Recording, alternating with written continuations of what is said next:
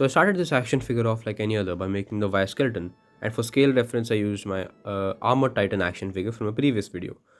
Once that was done, I had to move on to bulking up the figure using some sticky notes and paper tape.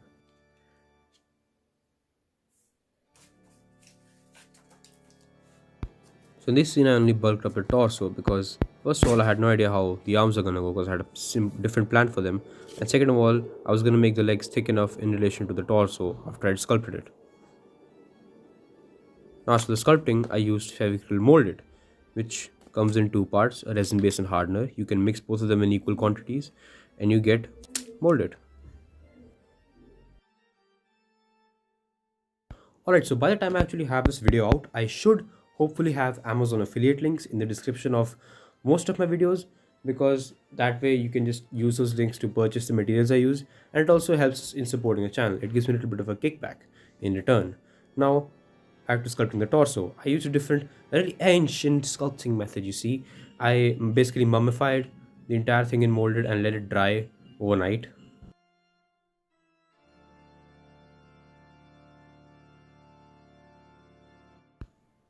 Alright, let's see what it looks like.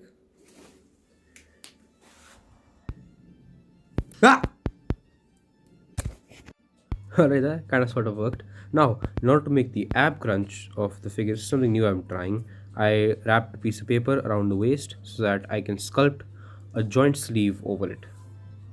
And yes, I used a fork to sculpt it. Don't question my ways, it worked out in the end. And no, this is not a joke, it totally worked. Whoa, look at that, there it is, whoa. Okay, now we can move on to the rest of the body and bulking it up. Again, I used sticky notes and paper tape to bulk up the legs as well as the upper arms. That's pretty much it. Now, some of you may have noticed the fact that I did not bulk up the lower arms, and that is because I want to introduce an interchangeable hand gimmick. Whoa, that's so cool, so different. Oh, never been done before. Okay, I used a stick. I used some ivory sheet in order to make two tubes which I could stick onto the hands. And as you can see, amazing editing trick, am I right? Totally didn't mess that one up. Okay, now that I made the tube, I made another one off camera because I'm not going to waste your time, neither mine. Whoa, alliteration moment. Comment down below if you get that one joke. I want to see how many of you actually read books. Now, I divided the stick into 4 equal parts almost, and by the way, the stick is a 3mm diameter stick if anybody wants to, make one of their own. Alright, so the stick has been divided into 4 equal parts. The fifth part, we'll just ignore that, we don't really need that. I will be cutting this using a very simple trick I learned from a friend. It's called a snap. There you go, perfectly balanced, just as all things should be. Now, here's the action figure. I attached the tubes onto the arms like I had mentioned before, and the sticks can easily fit inside. Now, many of you at this point may be wondering why this video doesn't have a lot of time lapses of me making stuff. That's because initially this video was gonna have no audio of me speaking, only music. But hey, it does have now. Look at that, the legs are sculpted. So sculpting the legs, I actually tried to sculpt in the folds of the pants he's wearing, as well as I tried to weather the boots he has by texturing them using a steel brush. And speaking of me not sculpting, time to sculpt the torso muscles. Alright, so first of all, I didn't sculpt the back muscles for this one because nobody's gonna see them and I'm just gonna be wasting my time. And I didn't have the time, So I just basically roughed in a lot of the muscles. I just made them into round bulky shapes, put them onto the figure.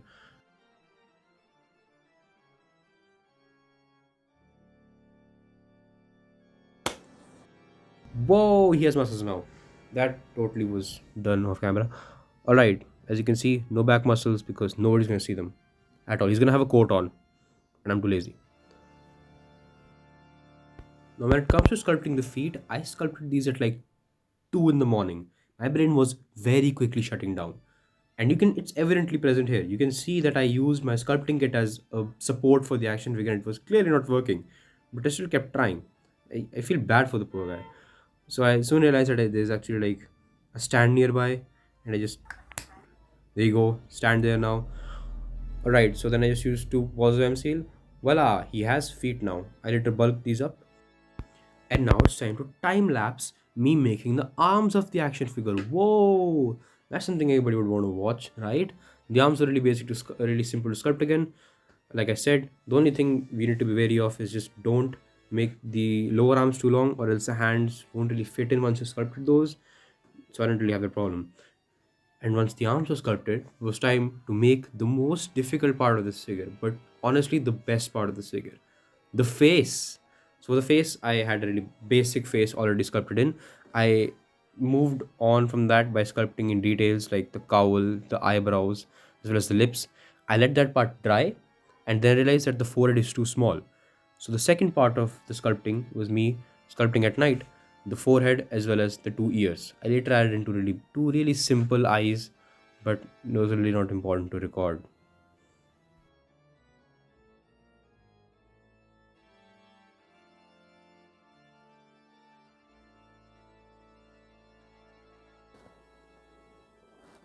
Making a bulk of the accessories was really quite simple. I just took some sticks for the hands, a little bit of ivory sheet for a little bit of everything, some spruce from an old Gundam kit I had, and some molded. And I just shook them together. Usually works in like a few tries. And just one more time should work. We just try it. That didn't work. That didn't work either. You know what they say? They say seventh times charm is worse than eight times charm. So let's try it one last time. There you go. It works. Now the worst accessory comes into play, the coat, the one thing which I was most scared to sculpt because I had no idea how to make it.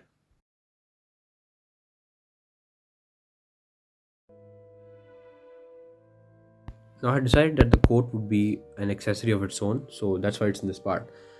And making it, my god, so hard. I tried so much.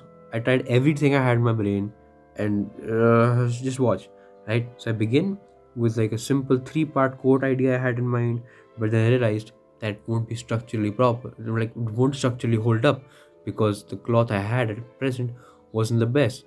So I was like, all right, I'll try something else. Maybe I'll try a four-part coat. Two straps on the sides, one part at the back, and the two sleeves.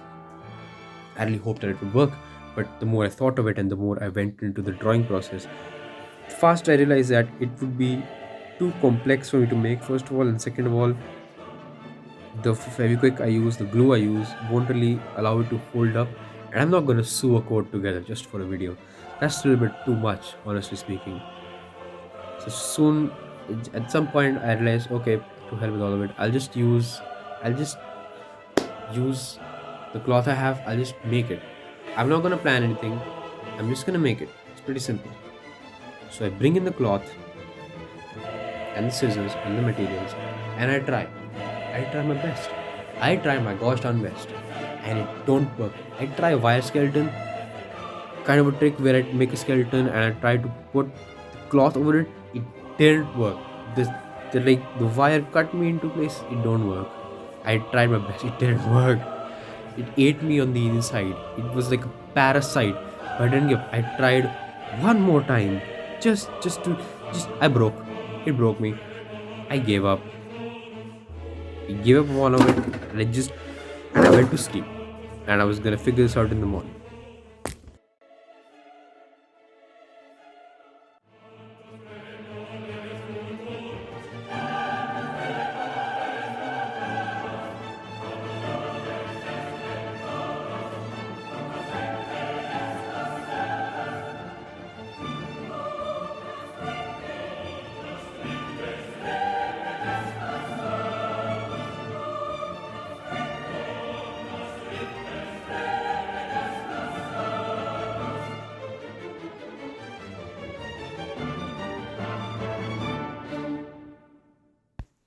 Whoa, where did that come from? So apparently there's just a coat here now. I think I made it at night. I don't remember. I have no memory of making this. There's a magnet here because there's a magnetized part on the back of the action figure. It's just what? How? This is extremely confusing. But okay, so the three part by the looks of it, it's made out of paper tape, MC and wire skeleton. Huh, I guess I did figure something out in the end. And I guess now that's done. Here's the action figure with all of its accessories.